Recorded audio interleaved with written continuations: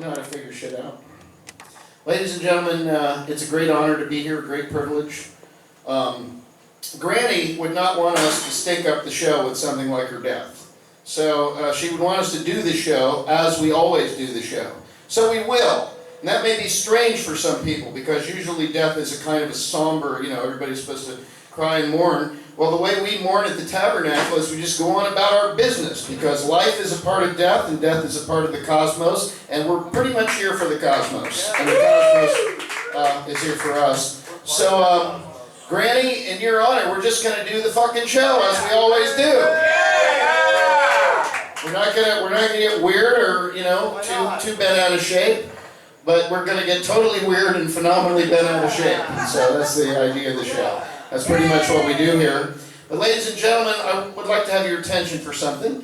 First of all, I want to introduce my friend. I don't want to put him on the spot, but he actually knew he was going to be introduced and is here because he wanted to be put on the spot, so I'm going to do that.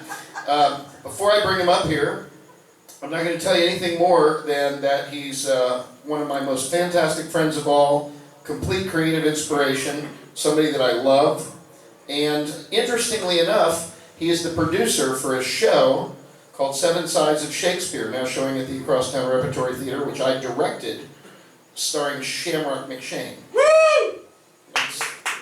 So you have 3 more chances to see that show. Friday night, I'll be there. Saturday night, I won't be there. Sunday afternoon, I'll be there. And this show is beyond the beyond. Couldn't have done it if Shamrock hadn't asked me to direct him. I would have applied for that job in a minute, but he asked me.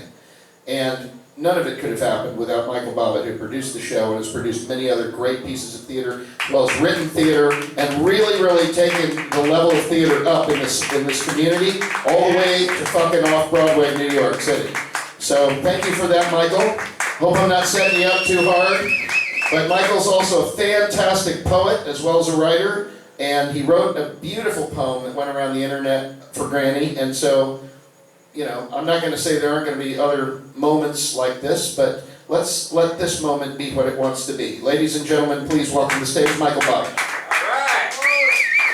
Okay. Granny and I were surprisingly close. She had a way of, if something was going on in my life bad and I didn't want to talk about it, she had a way of coming and making me talk about it. And I just really appreciated her. I wrote a poem called Elegy for Granny. I'm praying for you, honey, she would say, long before she learned my name. Long before I had come to rely on the bright light of her face anytime she saw me across the room or on the street. On the streets where she lived more often than not. If there was justice in this fucking joint, no Skid Row angel should die like this. Not while they daily refuse to stop living in the face of withering despair. Flat broke and broken, and still laying down encouragement like a fresh beat dropped at the gay bar karaoke where she sang me a Whitney Houston song because you needed it, baby. She was a skeleton of a woman, still graceful in her gangly gait, her frail hands springing to impossible spryness to give a deep shoulder rub to those she loved. And by those, I mean all of us. I'm a licensed massage therapist in the state of California, she would say. Even though we're in Gainesville, Florida, and she had told me 20 times before, you can tell, I would say, and you could. Granny, to so many of us downtown malcontents, sinners one and all, still bound for glory, wrapped in the prayerful grace of an unlikely apostle, a sun center spirit guide, a mod's coffee shop shaman, the Bo Diddley Plaza patron saint of the lost and hurting. Give Granny her hug, she would say. I sure have missed you. And she did.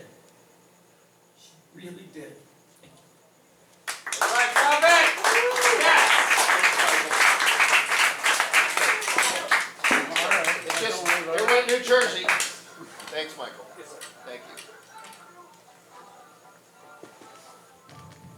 All right, there we go. Ladies and gentlemen, I'm going to attempt to plug this microphone in again. And this time, it's going to work.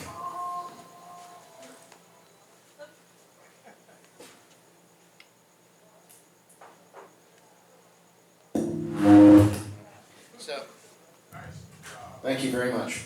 And now, ladies and gentlemen, please welcome to the stage the Minister of the Interior, the best dressed of all the deacons, the one and only Michael.